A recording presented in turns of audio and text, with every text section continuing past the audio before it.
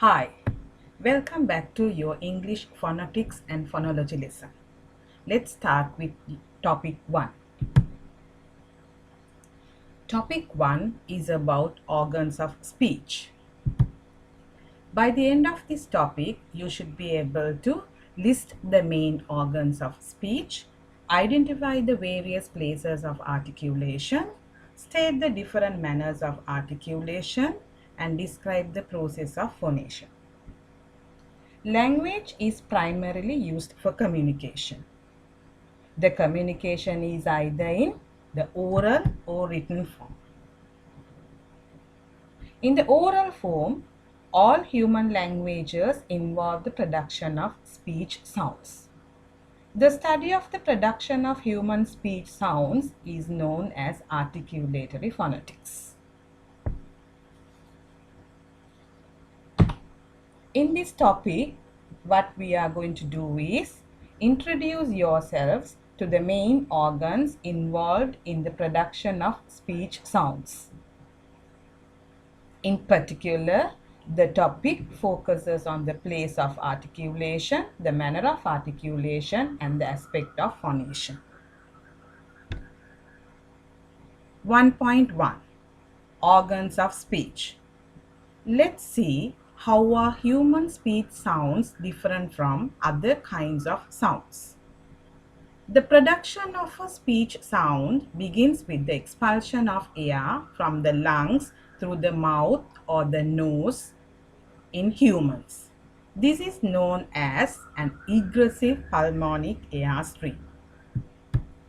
But speech sounds of some languages involve the movement of air into the lungs or an ingressive pulmonic air stream. All English sounds are egressive pulmonic in nature, that involves air stream flowing out from the lungs.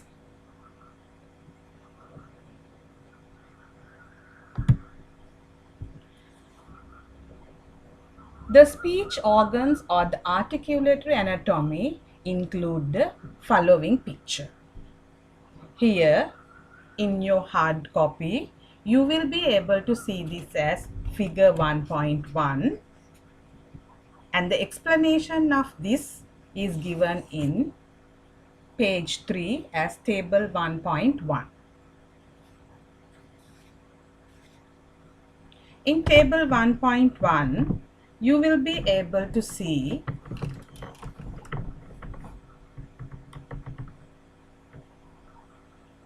the first speech organ as lips. Lips are the protrusion at the front of the mouth. Sound produced as a result of obstruction of airstream with both lips are known as bilabial sounds. Then we find the teeth.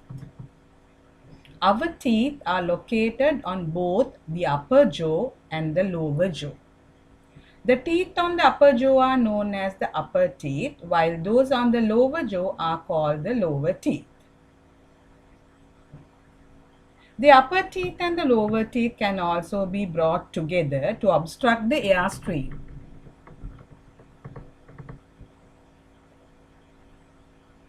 And it produces a hissing sound. Sounds produced involving the teeth are dental sounds. Then comes the palate. The roof of the mouth or the palate is the convex part forming the upper bounds of the mouth.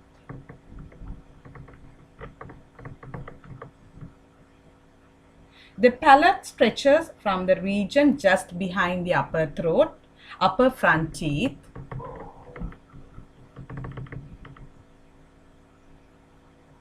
to the back of the mouth.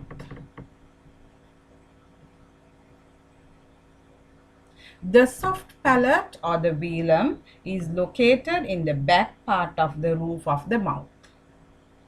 The end part of the soft palate is called uvula.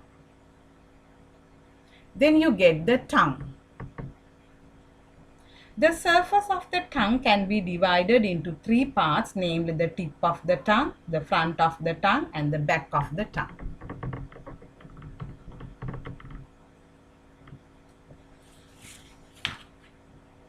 Then comes the epiglottis. The epiglottis is at the end of our throat and functions to protect what we eat or drink from going into the lungs.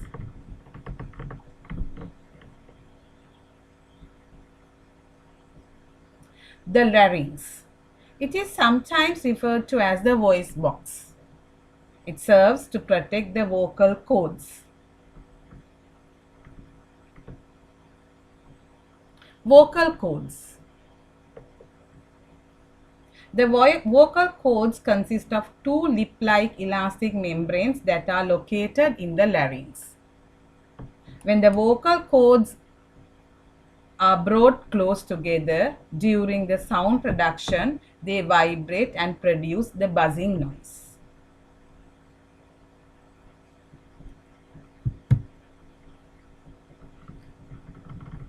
How human speech sounds are made. Different human speech sounds are produced as a result of the obstruction of airstream by the speech organs. The articulatory organs form two tracts where the airstream has to pass through before it is released. The first tract is called the oral tract, which starts from the pharynx right through the oral cavity formed between the palate and the tongue. The second is the nasal tract or the nasal cavity, where air flows out through the nose and sounds which are released through the nose are called nasal sounds. Places of articulation. The speech sounds are produced mainly based on the place of articulation. This place is the point where the outward flow of air is obstructed. Sounds which are made with the obstruction to the airflow are called consonant sounds. Therefore, according to the place of articulation of this obstruction, we can group sounds.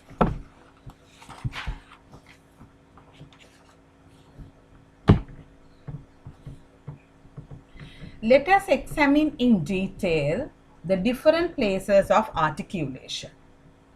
This is a diagram in your hard copy on page 5, and you can note the different points of places of articulation. First one being the lips, where you get the bilabial sounds, then the lips and the teeth, where you get the labiodental sounds, then the tongue and the teeth, where you get the interdentals, the alveolar ridge, where you get the alveolar sounds, the hard palate, palatalveolars and palatals, the palatal or the soft palate, where you get the velar sounds, and the glottis, where you get the glottal sounds.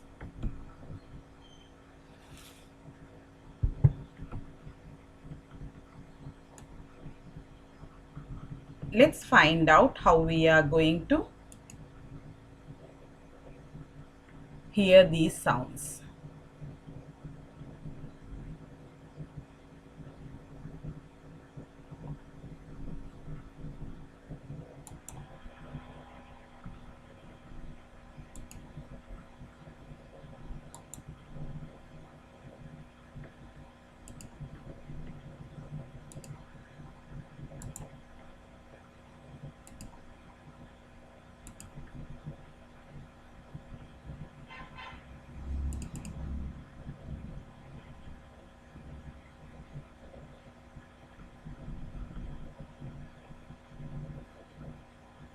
YouTube, Edgar here, and welcome to Artifexy, and here you will learn everything you ever wanted to know about world building, and then some.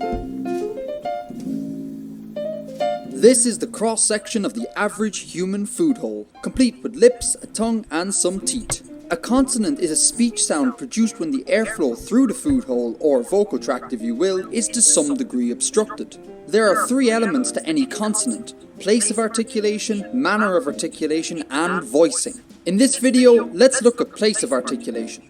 Place of articulation or point of articulation indicates where in the mouth the obstruction is occurring when a consonant is formed. Now, to create an obstruction, two bits of your mouth need to be brought together, the articulators. One articulator will move, the active articulator, and one will remain stationary, the passive articulator. Take the F sound in fish for example. Here the lower lip is the active articulator and the upper teeth are the passive articulators. The lower lip moves to the upper teeth, an obstruction is created, air is blown through, and boom, you get a F sound. There's about 12-ish places in the mouth where the articulators can be brought together to form an obstruction. They are bilabial, labiodental, dental, alveolar, postalveolar, retroflex, palatal, velar, uvular, pharyngeal, epiglottal, and glottal. Let's break it down. Number 1. Bilabial. Here the obstruction is created using both the upper and lower lips. In English we have 4-ish bilabial consonants. Ma as in man, pa as in pan, ba as in ban, and wa as in water. 2. Labiodental. Here the lower lip contacts the upper teeth to form sounds like fa as in fish and va as in van. 3. Dental. Here the tip of the tongue touches the upper teeth. We have two sounds here in English, tha as in thin and tha as in this. Number 4. Alveolar. Here the obstruction occurs at the alveolar ridge, that bony ridge just behind the upper teeth. We have a truckload of sounds here in English, namely na, ta, da, sa, za, ra, and la. As in nail, town, dog, sun, zoo, run, and laugh. Oh, and there's also the roll door, which I cannot do. Luckily, this guy can. Ra, ra. 5. Post or palatoalveolar. So this is almost the same as alveolar, except the tongue moves back about a centimeter in the mouth. In English we have two sounds here, sha as in shine, and ja as in vision. 6. Retroflex. We have no retroflex consonants in English. They are formed by curling the tongue back in the mouth and touching the roof of the mouth in the general post-alveolar area. They sound a little like this, da, ada, da, ada. As in the Hindi word for island, tapu, and the Swedish word for north, nord. Apologies speakers of Hindi and Swedish, I did my best. Moving on. Number 7. Palatal. Palatal consonants are where the body of the tongue is raised to the hard palate. In English we find only one sound here, ya, as in yes. 8. Velar. Here the obstruction occurs when the back of the tongue touches the soft palate at the back of the mouth. Again in English we have two sounds here, ka as in king and ga as in garden. Number 9. Uvular. Here the back of the tongue touches the uvula, that dangly bit at the back of your mouth. English does not have any uvular consonants, but they are widespread throughout African, Middle Eastern and Native American languages, amongst others. Closer to home, French features a uvular trill, ra, as in rendezvous. 10. Pharyngeal. So here's where things start to get a bit weird. Pharyngeal consonants are articulated with the root of the tongue against the pharynx. Don't ask. Pharyngeals are found primarily in 3 areas of the world, North Africa and the Middle East, in the Caucasus, and in British Columbia. Again, I can't produce these sounds, but luckily my linguistically inclined stick figure friend is here to help. Number 11. Epiglottal. As hard as pharyngeals are to pronounce, epiglottals are much, much worse. Epiglottal consonants are articulated using the araepiglottic folds against the epiglottis. If that's too much to wrap your head around, think of making a vocal growl type sound a la Louis Armstrong and you're kinda on the right track. Epiglottals don't feature all that often in human language, but they are primarily known from the Semitic languages of the Middle East. Again, I hand you over to my stick figure friend. And finally, place of articulation number 12, glottal. These are articulated using the glottis. Thankfully, my stick figure friend won't be required here as English has 2 glottal sounds. ha as in home, and the glottal stop, as in the little catch of air in the throat between and o, in uh-oh. Now, this is the main consonant chart in the International Phonetic Alphabet, or IPA for short. For now, all we need to know is that the columns are organised by place of articulation. The active articulators can go on top, i.e. the lips, tip, body and back of the tongue, and glottis. And below are the 12-ish places of articulation. Finally, it's worth noting that this list of 12 places of articulation is far from exhaustive. I'm looking at you, lingo-labial trill, but that's another story for another day. Stay tuned.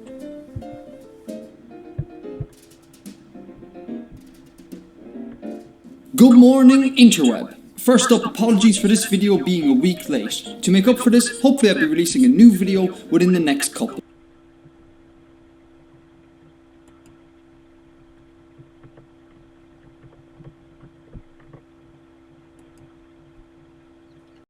Right. From what you have learned, different places of articulation and the sounds, you will be needed the bilabials, the labiodentals, the alveolars, palatalveolars, velars and glottals. These are those places: bilabial, dental, alveolar, interdental, labiodental, palatal and palatalveolar. Let's go to manner of articulation. According to the place where we get the articulation, we can classify consonant sounds as well as the manner of articulation, referring to how the air stream is obstructed and the closure of the cavity as the air stream flows through. We can classify the sounds, mainly the consonant sounds. This obstruction, or how the air stream is obstructing, could either be complete or partial, and the air stream may flow out of the nasal cavity or the oral cavity.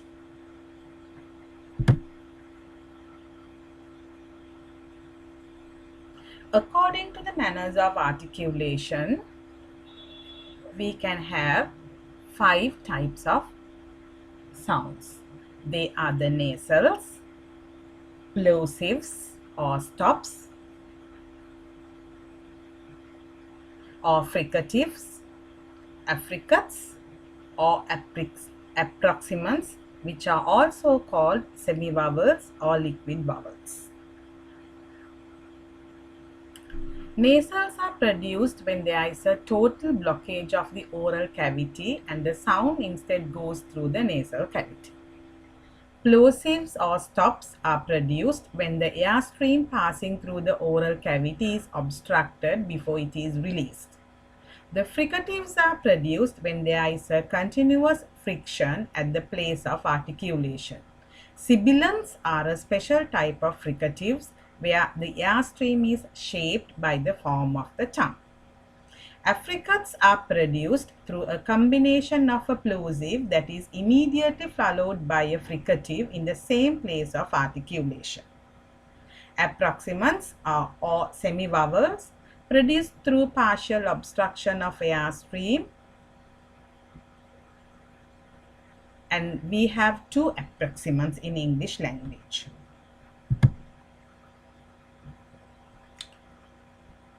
Let's look at another video.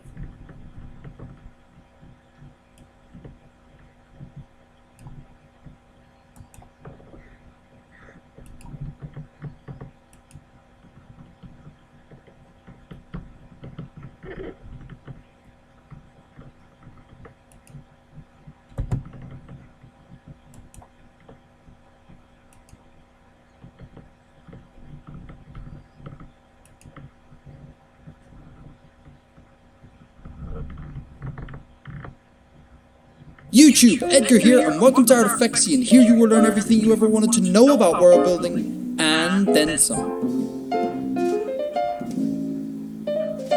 In the last video we looked at the first element that goes into forming consonants, place of articulation. In this video, let's look at manner of articulation. Place of articulation tells us where in the mouth the obstruction to the airflow is occurring. Manner of articulation listed on the side here will tell us how much of the airflow is being obstructed. It's a roughly top-down kind of thing here, with total obstruction near the top and minimal obstruction near the bottom. In order, we have 1. Nasal stops. Instead of simply stopping the airflow, we can reroute it through the nasal cavity. This produces sounds like ma as in mouth and na as in nose. It's worth noting that nasal consonants are nearly universal in human language. Only languages around Puget Sound, Quileute, Qualsukid and Makah truly lack nasal consonants. Number 2. Plosives. Plosives, also known as stops, stop the airflow entirely. The pressure is built up behind the articulators and eventually released in a small explosion of air. English has 6 plosive consonants: ba, pa, ta, da, ka and ga, as in pan, ban, town, dog, king and garden. Number 3. Fricative. There are a lot of fricatives. Here the airflow is obstructed almost entirely, producing a turbulent hissing sound. In English, we have no less than 10 fricative sounds: fa, va, tha, tha, sa, za, sha, ja, ha, and ha. As in fish, as in the Nias word for lower jaw, si bruit, and of course the rolled or, which my stick figure friend will again demonstrate. Ra, ara. And finally, number 7, laterals. So laterals are liquidy L-type sounds, produced when the tongue creates an obstruction in the middle of the mouth and reroutes the air out the sides of the mouth. Notice laterals come in 3 forms: lateral fricatives, lateral approximants and lateral flaps. We have only one lateral sound in English, la, as in laugh. That said, we can't talk about the laterals without mentioning the voiceless lateral fricative, found in Icelandic, Welsh and Navajo, amongst others. Shla, ashla, as in the Welsh pronoun shlash, which is just the coolest sounding word. Anyways, to summarise, here is the IPA consonant chart. The columns represent place of articulation, where the obstruction is occurring, and the rows represent manner of articulation, how much of the airflow is being obstructed. Next up, voicing. Stay tuned.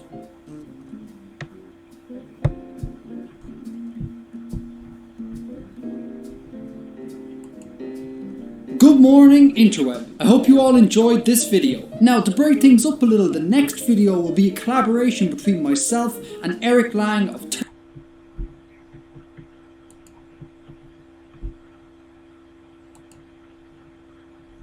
Okay, from what you have learned in our syllabus, we have to find out only the nasals, plosives or the stops, fricatives, sibilants, affricates, approximants or semivowels or liquids.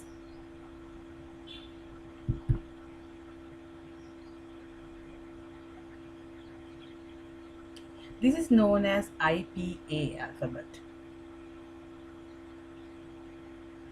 Here you get all the consonant sounds summarized in a chart.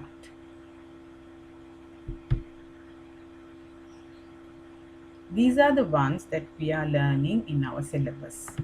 Here you will be able to find out the matter of articulation, and these are the place of articulation, and these are the manner of articulation. So if we take M, the place of articulation is bilabial, manner of articulation is nasal.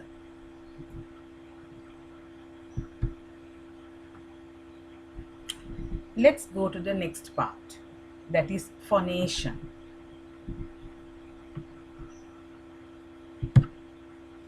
Phonation or voicing refers to the vibration or lack of vibration of the vocal cords in the production of a particular sound.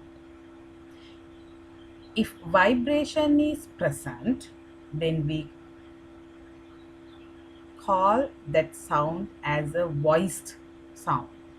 But if vibration is not present or does not happen, that is a voiceless or fortis sound. A phonation of a sound is defined by the state of the glottis. When the vocal cords are closed and together, the airstream causes them to vibrate and produce voiced sounds. When the sound is voiceless, the glottis is open with the vocal cords being apart. The airstream flows through without obstruction and there is no vibration of the vocal cord. Most consonants of English are paired in a voiced and voiceless contrast. They have the same manner and place of articulation but only differ in their phonation. If we go to the previous slide, you will be able to see that. Now if we take bilabial, the voiceless bilabial is p, the voiced bilabial is b.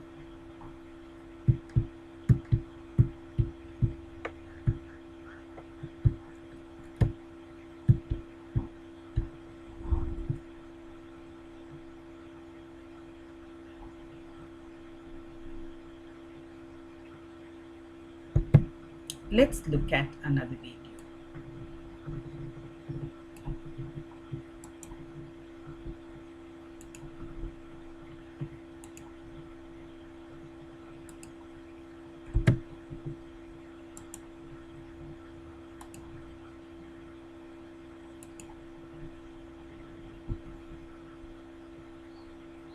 YouTube, Edgar here, and welcome to RETROFLEX, and here you will learn everything you ever wanted to know about world building, and then some. In previous videos, we've looked at place of articulation and manner of articulation. Now, let's look at the third and final consonant feature, voicing. To explain, hold your throat and say fan, except hold the F sound, fan. Hopefully you shouldn't feel much going on in your throat. Fan. Repeat this process, except this time say the word van. Again, hold the V sound, van. Feel that? You should feel a buzzing or vibration in your throat. See, F and V are a pair of consonants that are identical except for the buzzing that goes with V. We say that F is unvoiced or voiceless, and V is voiced. Unvoiced meaning the vocal cords are inactive during sound production, and voiced meaning the vocal cords are active, hence the buzzing. In a lot of languages, English included, consonants tend to show up in voiced and unvoiced pairs, like pa and ba, ta and da, sa and za, and so on. Notice the IPA chart has cells, and many of these cells are occupied by two symbols. These are the voiced and unvoiced pairings, like for example fa and va from earlier. Any symbol on the left will be voiceless, and those on the right are voiced. This left-right convention holds even if there is only one symbol in a cell, like in the nasals for example. As an aside, nasals are interesting. Notice that not only are they unpaired, they are all voiced as well. Within reason, we can unvoice any sound in the IPA by adding this diagram. 1. Negative voice onset time, where the vocal cord vibration happens before the plosive release. 2. 0 voice onset time, where the vocal cord vibration occurs with the plosive release. And 3. Positive voice onset time, where the vocal cord vibration begins after the plosive release. Examples would be ga, ka, and ka. This is important especially when you consider aspiration, aka positive voice onset time, denoted with that little superscript H there. Take the English words spot and pot. We think of the two P sounds as being the same, but they aren't. This P sound is aspirated, pa, i.e. is accompanied by a puff of air, and this one isn't, pa. English makes no distinction here, but many languages like Hindi for example do indeed distinguish between voiceless, voiced and aspirated consonants. Finally, do your pal Edgar a favour and whisper these two words for me. Sounds like pan and ban, right? But why? The only difference between pa and ba is voicing, and when whispering, all voicing is eliminated. So what gives? How are we still hearing two distinctly different words? The terms fortis and lenis, Latin for strong and weak, refer to the energy used in producing consonants. The pa in pan is a fortis consonant and is produced with more energy than the ba in ban, a lenis consonant. So in the absence of voicing, it is this fortis-lenis contrast that enables us to differentiate between pan and ban. Pan, ban, pan, ban. So there you have it, everything you ever wanted to know about voicing, and then some. Good morning, interweb. So I just wanted to say